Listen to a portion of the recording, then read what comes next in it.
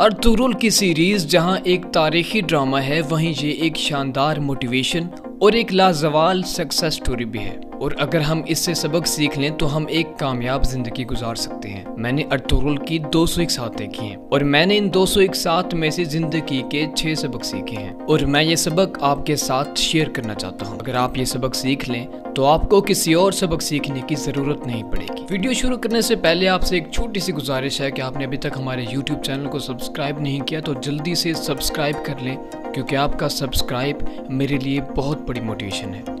Ertugrul का सबसे पहला सबक, दुनिया में कोई स्टेट या कोई खानदान एक नस्ल में नहीं बनता। खानदान और स्टेट को बनाने में नस्लें लग जाती हैं। सल्तनत उस्मानिया को 18 नस्लों ने बनाया था। अर्तुगरुल ने सिर्फ उसकी बुनियाद रखी थी। उसके बाद एक से बढ़कर एक अर्तुगरुल आता गया और सल्तनत उस्मानिया बनती चली गई। और जब अर्तुगरुल के खानदान ने अच्छे और अहल शहजादे पैदा करना बंद कर दिए तो उस वक्त ये सल्तनत हवा में पत्तों की तरह उड़ गई। चुनाचे अगर आप कोई स्टेट या नस्ल बनाना चाहते हैं तो आपकी हर नस्ल को पिछली नस्ल से बेहतर काम करना होगा, वरना खानदान हो या सल्तनत टूट कर बिखर जाएगी।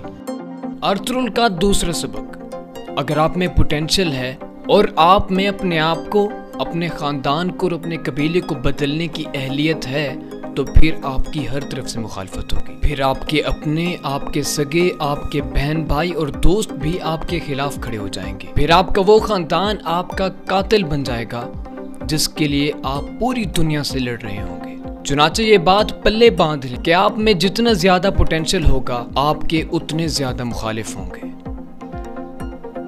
अर्तुगरुल का तीसरा सबक, कामयाब होने वाले हमेशा अकेले होते हैं। अर्तुगरुल पूरी ड्रामा सीरीज में बार बार अकेला होता है। उसका खानदान, उसके दोस्त, यहाँ तक कि उसके सिपाही भी उसका साथ छोड़ देते हैं, लेकिन वो इसके बावजूद आगे बढ़ता चला जाता है और आखिरकार कामयाब हो जाता है। इसलिए अगर आप कामयाब होना चाहते हैं तो इस बात को पल्ले बांध लें कि आप भी जिंदगी में बार बार अकेले होंगे। यहाँ तक कि वो लोग भी आपका साथ छोड़ देंगे जिन पर आपको इतना यकीन होता है कि ये लोग मरते दम तक मेरा साथ नहीं छोड़ेंगे। चुनाचे अगर आप कामयाब होना चाहते हैं तो अकेलेपन और सिफर तवक्कुआत की आदत डाल, वरना ये दोनों आपका बहुत बड़ा इम्तिहान साबित हो सकते हैं।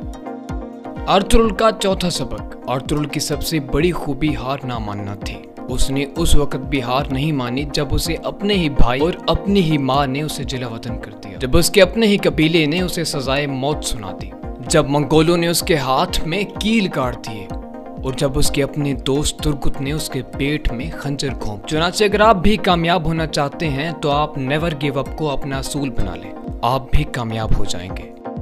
अर्तुगरुल का पांचवा सबक, जिंदगी मुसलसल जिद्दोजहद का नाम है, इसमें आराम नहीं होता। आप पर दाएं बाएं आगे पीछे ऊपर नीचे से तीर बरसते रहते हैं और अगर आप समझते हैं कि इन तीरों में सुख का सांस ले लेंगे तो ये आपकी गलत फहमी है। ये जिंदगी बड़ी जालिम है। इस जिंदगी में आपको सोते हुए भी एक आंख खुली रखनी पड़ती है। चुनाचे अगर आप कामयाब होना चाहते हैं तो आपकी जिंदगी में आराम और सुकून नहीं होगा।